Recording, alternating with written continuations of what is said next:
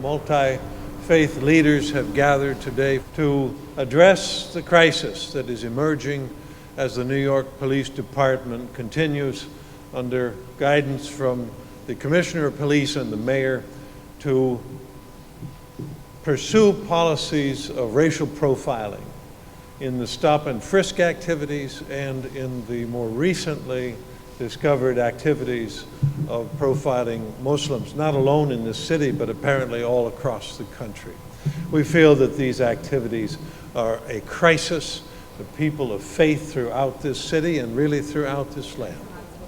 Together we were standing shoulder to shoulder. We were making a couple of asks that have been consistent throughout the past several years, that the NYPD end this policy of profiling, that it ensure some form of accountability or oversight, and also that some real religious diversity education be put in place that fights the image of this terrible image of Islam that this awful video, the Third Jihad, had been projected to 1,500 officers, and that we really, the NYPD, get serious about being partners with the people whose safety it's responsible for. So far, the police department continues to defend their actions. They continue to insist on their view that what they have done is legal. This is the word that they keep saying over and over, as if something being legal makes it morally right.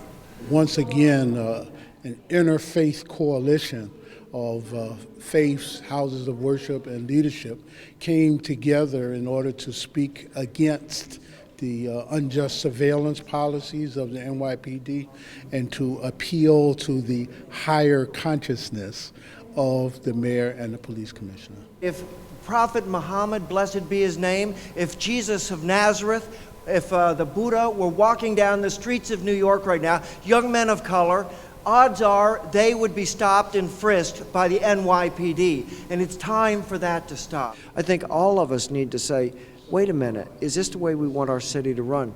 Would we want the NYPD to come into our churches and start taking pictures of people at prayer without our knowledge? As a rabbi, I am acutely aware of the pain and suffering that singling out a group based on their religion can cause. It wasn't good for the Jews, it's not good for Muslims or for Sikhs, and it's certainly not good for America or New York. This is not a Muslim against NYPD thing. Police officers are our brothers and sisters, neighbors and friends. There are 1,500 or so Muslim NYPD officers. We appreciate the job that they're doing, but the policy has many problems, and unfortunately the leadership, including the mayor, who's ultimately responsible, have been caught in a lie after lie after lie. So there must be accountability at the NYPD.